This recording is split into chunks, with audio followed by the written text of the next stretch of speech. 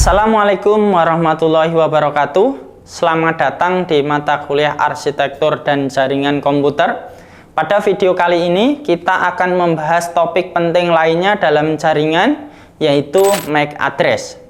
Yang pertama, ini pengertian MAC address. Jadi MAC address atau Media Access Control Address adalah alamat unik yang diberikan pada setiap antarmuka jaringan dalam perangkat keras seperti kartu jaringan atau NIC.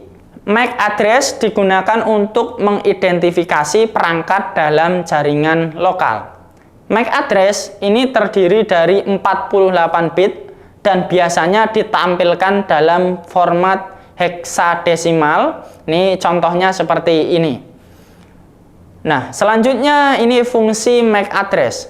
MAC address ini memiliki beberapa fungsi utama. Yang pertama, ini identifikasi perangkat, yaitu MAC address berfungsi sebagai identitas unik untuk setiap perangkat dalam jaringan lokal.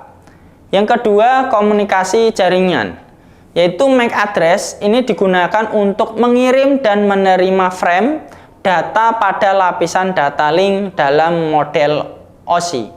Ini selanjutnya struktur MAC address. MAC address ini terdiri dari dua bagian utama. Yang pertama ada Organizationally Unique Identifier atau OUI, yaitu 24 bit pertama dari MAC address yang mengidentifikasi produsen perangkat.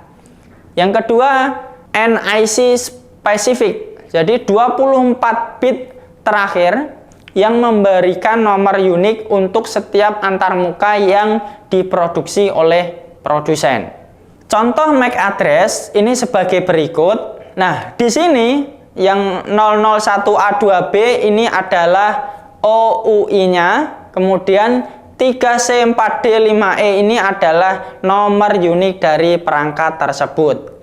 Nah, selanjutnya ini cara kerja MAC address. MAC address bekerja pada lapisan data link dalam model OSI. Nah, ketika perangkat ingin mengirimkan data frame data tersebut, dikirim alamat MAC tujuan dalam jaringan lokal. Switch atau hub dalam jaringan menggunakan MAC address untuk memutuskan kemana frame data tersebut harus dikirim.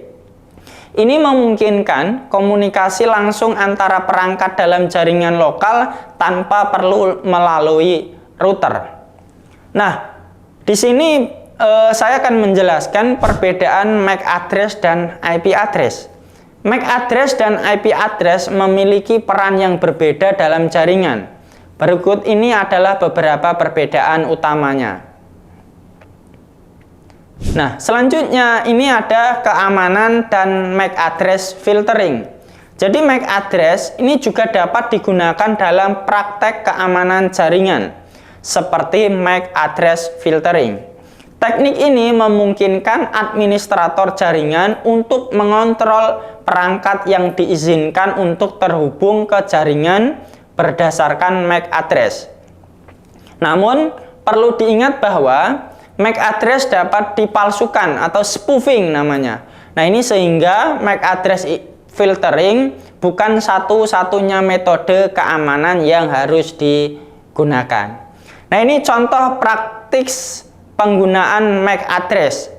Mari kita lihat contoh praktis penggunaan MAC address. Misalnya, di jaringan rumah itu ada router. Router dapat mengkonfigurasi daftar perangkat yang diizinkan berdasarkan MAC address, memastikan hanya perangkat yang dikenal yang dapat terhubung.